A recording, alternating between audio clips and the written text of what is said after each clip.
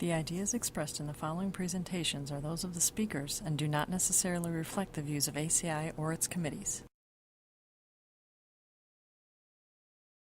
ACI web sessions are recorded at ACI conventions or other concrete industry events and will be made available for viewing free of charge for 1 week. Thereafter, they will be archived on the ACI website or added to ACI's online CEU program, depending on their content.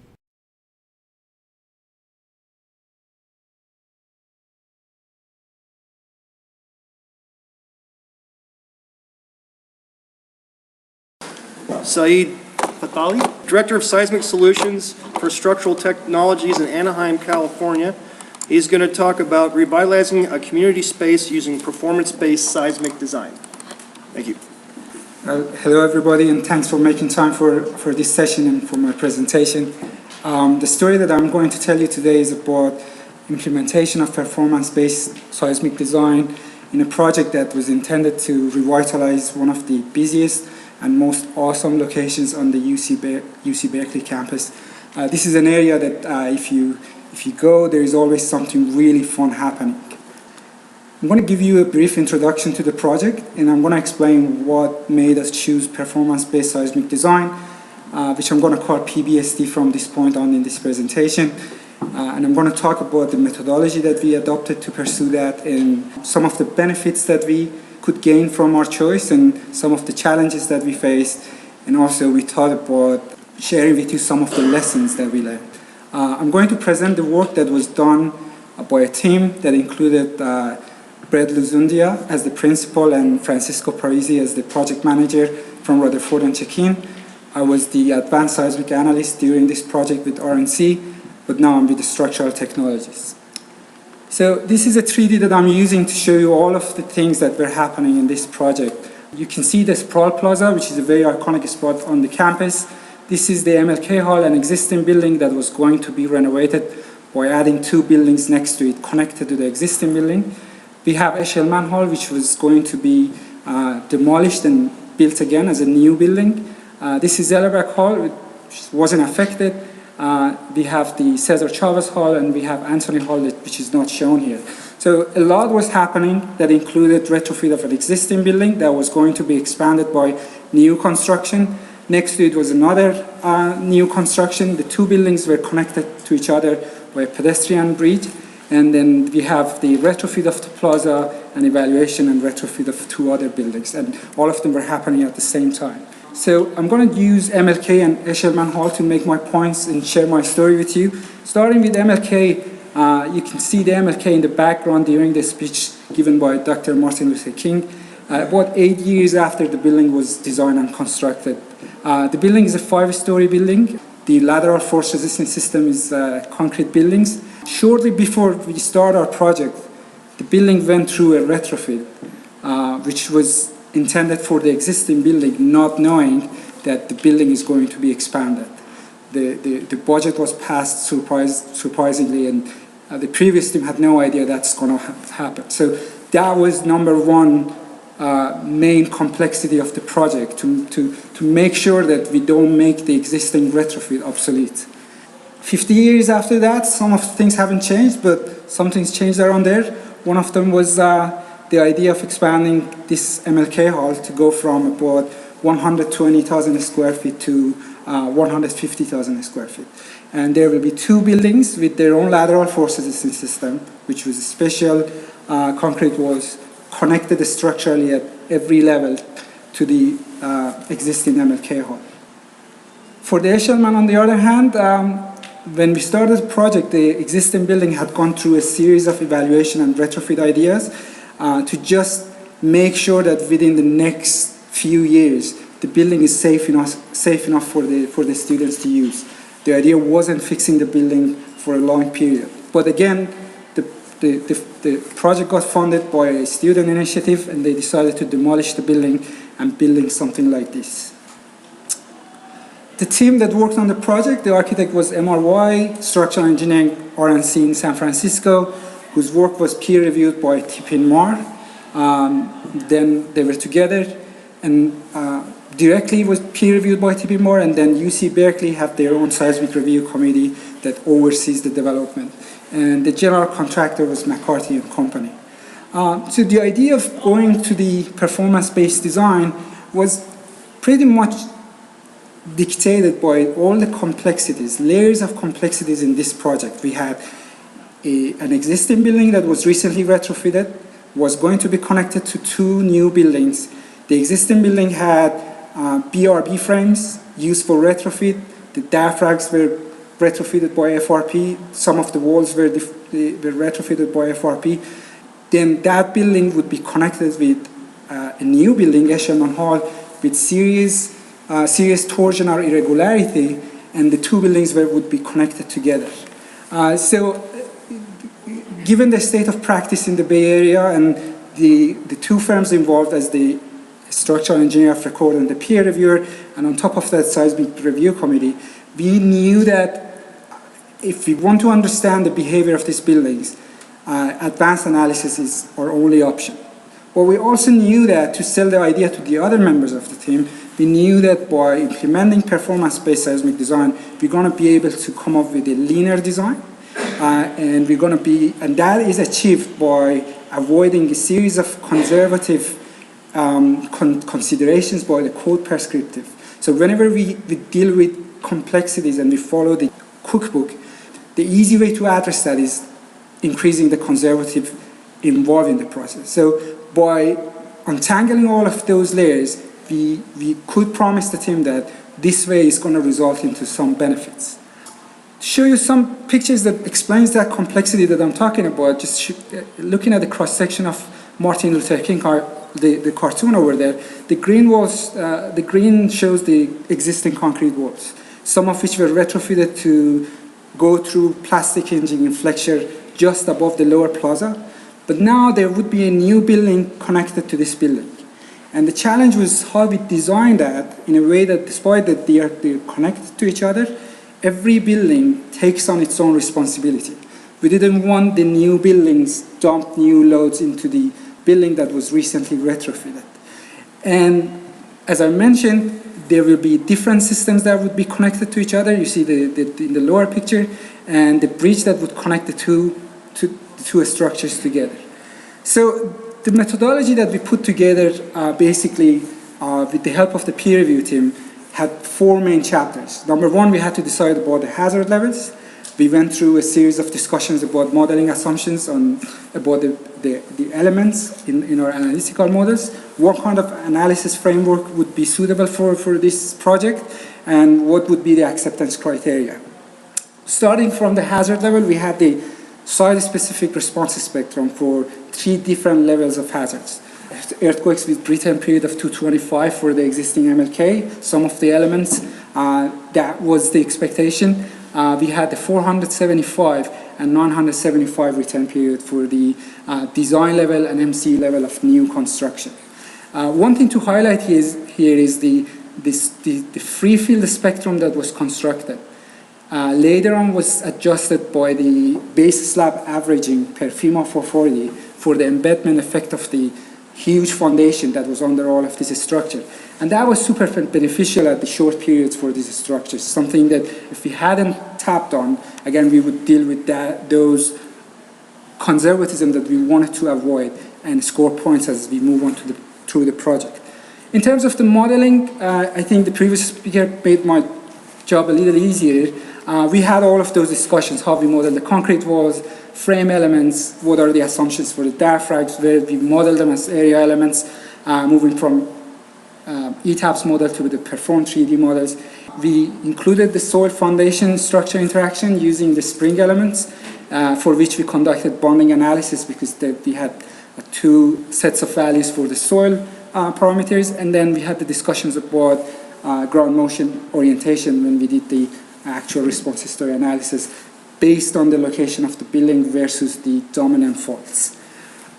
In terms of the analysis framework, we literally started by hand calculations, just starting from MLK, looking at the area of existing walls and how we can locate these new walls of the 2 additions with approval of the architect in a way that thinks balance each other out, and every three components of this story will carry their own weight during an earthquake with a dumping load into each other.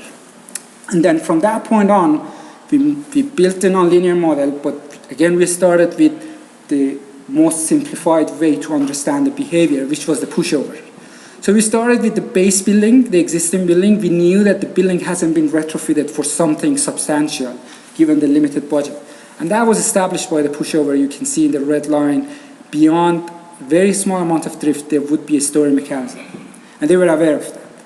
Once you would connect the two new buildings, they would basically grab the building around its knees, and instead of allowing the building to basically bend or rock over the ankles, the mechanism would be shifted one level up, just above the connections. And what we learned was a number of walls at that level responsible for providing lateral force resisting system, they were all shear critical. So this was what we were getting, the blue line. This time we were not happy to settle with this, even if it meant we could satisfy being somewhere here. We wanted to have something like here, which is a robust behavior, and we could move on from this point to doing responses to analysis to quantify where we stand here.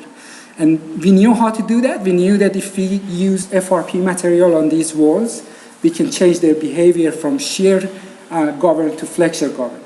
So we started to crunch number at the level of pushover analysis. Once we were confident and we understand what kind of mechanism we are enforcing, then we moved on to quantifying the response using ground motions and full-blown 3D analysis. In terms of the acceptance criteria, again, similar to the previous project presented today, we had two sets of acceptance criteria. What is happening to the building globally in terms of the story drifts, residual drifts, what is happening in the foundation, and then down to the elements. I have some samples of the acceptance criteria. They are small fonts. I don't want you to read them, but I can explain. Each table included what kind of information. There were like two columns. The first one was explaining what is the design check, basically, for the global response. We had the transient story drift, we have the residual interstory drift, and also sliding at the foundation. And the second column would explain the acceptance criteria, what kind of response we use. Is it the average plus standard deviation? And then we had a set of comprehensive footnotes worked with the peer reviewer that would explain where that criteria comes from. Documents that, again, the previous presenter showed you, from TBI to other documents available, some of them research. Another example at the component level for the walls, this has been the cornerstone of this development project for the concrete walls, which are the main lateral force resistance system. We wanted them to not suffer in elastic shear behavior, but we also wanted to be mindful of the flexural hinging. There is only so much that we can expect from these walls to experience in terms of the plastic hinging demand, in terms of how much the rebar can go into the tensile or the concrete can experience the compressive strength. So one set of the design criteria for each component at each different levels. So going from DB to MC, some of these would change. Some of the benefits that we learned when design finalized, we could prove basically, we expected and they proved to be right, or basically we were able to optimize the design of lateral forces in the system. And having some ETABS model, which we have used to do a conventional code-based model, allowed us to compare the two types of design. So we could prove that we were able to optimize the design of the walls. I'm going to explain more in the next slide. By establishing the actual response of the building in terms of the drifts and floor accelerations, we were able to design the content of the building, the cladding system, based on those responses established. And in terms of all of the things that we could avoid, such as issues that we had in Eshleman Hall in terms of irregularities or combination of different systems in MLK, once we were able to take all of them out, the final design was linear, and we could show that these came as the benefit. Also, the way that we designed the diaphragms using the forces that we were getting from the models using the expected material properties, they proved to be a more optimized way of designing the diaphragms.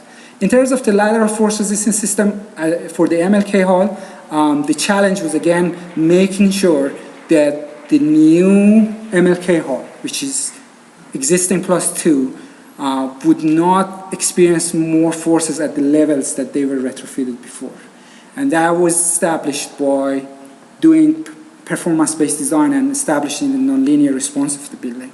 For the Eshleman Hall, we could monitor and make sure that our idea of design, which is having designated hinge zone for these core walls, limited plastic response outside the hinge zones, and also we were able to establish where we need the special boundary zones using the refined mesh for the walls. I mentioned that we were able to design the non-structural components using the established response. These two charts show the profile of drift along the Eshleman Hall versus the acceptance criteria, which was 2.5% under DBE and 3% under MCE. When we were designing the cladding system, we were able to use this as the basis for the design. Sharing with you some of the challenges that we faced. The typical challenges when you do this performance-based design is that we have very limited options in terms of the analysis platform. We deal with the simulation runtime. Post-processing is very intensive. Most of the firms doing that, they have developed their own in-house programs that take the results from the programs that we use to establish new responses that program doesn't spit out.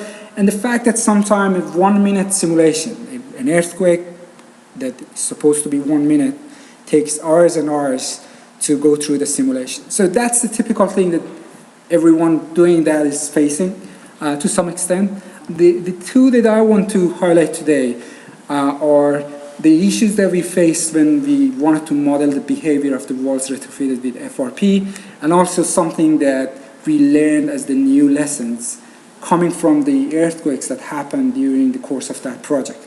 As I mentioned, some of the walls were going to be retrofitted with FRP. We had the walls that they were showing inelastic shear behavior that was represented by the blue line. We needed this much strength coming from FRP to make sure that the wall is not shear critical anymore. So this was easy. Any vendor that we called, they could give us their design, how many layers, what kind of system.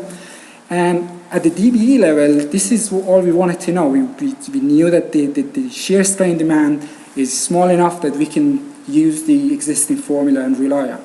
And we had this challenge that a lot of these walls, they could receive FRP only on one side using FRP anchors. So there were a lot of unknowns when you deal with that. So we had two levels of analysis. We knew that under MCE level, we want to capture the behavior beyond that.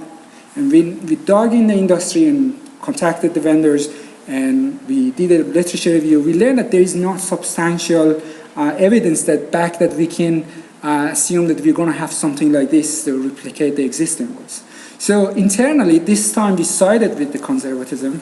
We decided that we rely on the FRP, as far as we know, which is 0.4% shear strain. And after that, we assume that the FRP will go, and we're going to go back to the existing concrete wall. And that's how we model the behavior of the wall. So this is an area that I wanted to share with you. If you do similar work or you involve in the industry, this is an area that is beneficial, because if we can rely beyond that, if we can show that a certain detailing using for the FRP anchors will allow us to get more, that is beneficial. That would change some of the behaviors that we could see. The second challenge that we faced, as I mentioned, the way that we designed these core walls, we were comfortable designating hinge zones that they go into flexural hinging. As a result, compared to the code prescriptive design, some of these walls were lightly reinforced in flexure. As we were finalizing our design, we learned that in New Zealand, during the earthquake, they saw this curious kind of failure in the walls. Some of the walls with light reinforcement for flexure, they had these concentrated cracks, and some of the rebars had ruptured. They dug in deeper, and they learned that some of these walls have been poured with concrete that had higher F prime C. So as a result of that, concrete had some kind of tensile capacity. So by the time that the concrete basically cracks, the demand is so high, some of these vertical bars, that they're lightly reinforced over there, they're gonna just rupture.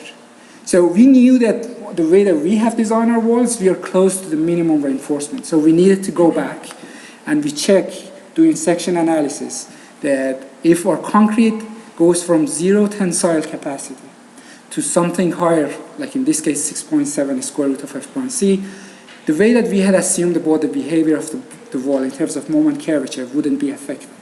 Luckily in our case, none of our walls would show a different behavior. But this was an interesting thing that the behavior can be so complex that nothing is linear in a way that you can say, I'm moving in this direction and I understand everything and everything is going to be accordingly.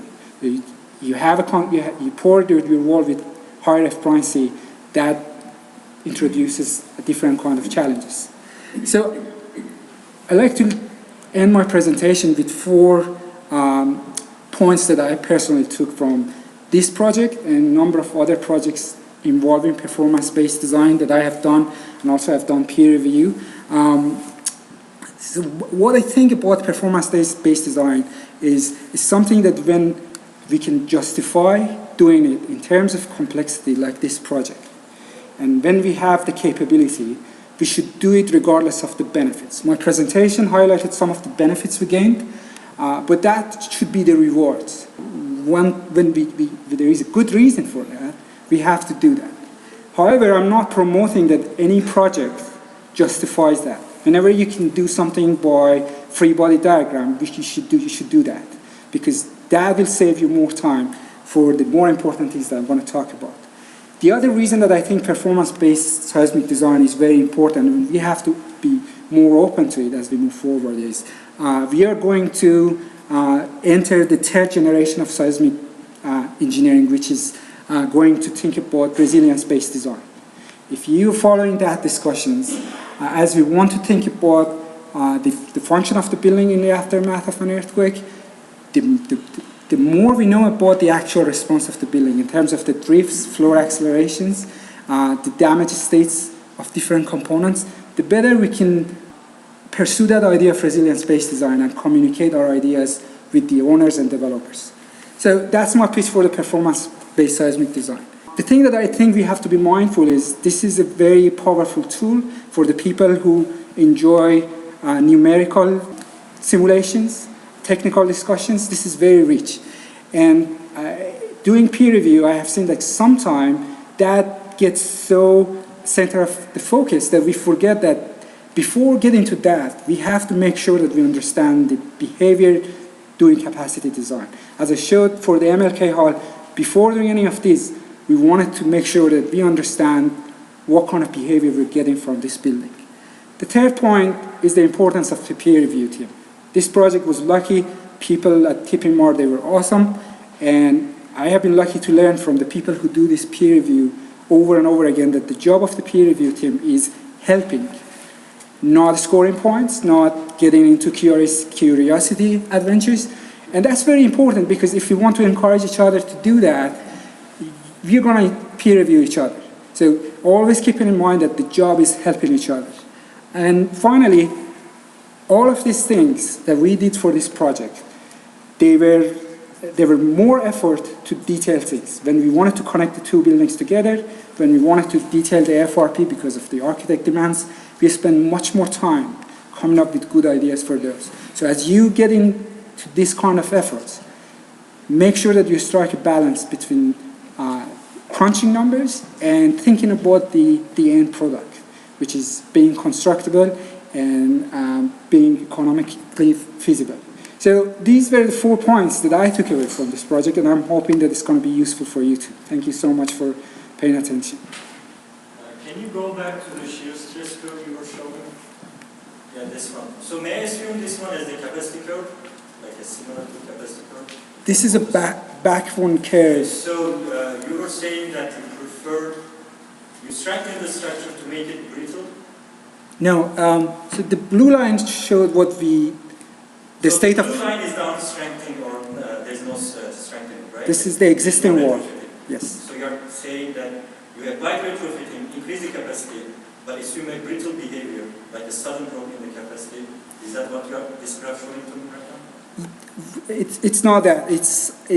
We knew that we can get this much strain using FRP. But we didn't know if we can provide also this much ductility because it was a one-sided application. So conservatively, we didn't assume that this is the backbone curve. We assumed that when you subject these walls to 0.04% shear strain, the anchors that we are using as the state of practice, we don't know if they're going to hold on or not. So we assume to be conservatively, assuming that FRP will go away, and after this kind of strain, you're going to follow what you have. So we didn't enforce anything. We just assumed that FRP will not be there. So the definition of failure in this system is the failure of the FRP, right? First FRP, and then you go back to the wall, which is also shear governed. Okay, so you were content from going from that curve to the upper curve and assuming that behavior is better, right? No. I think we are running out of time. I'd like to talk to you about that. That's a good question, yeah. Thank you again, that was For sure. excellent.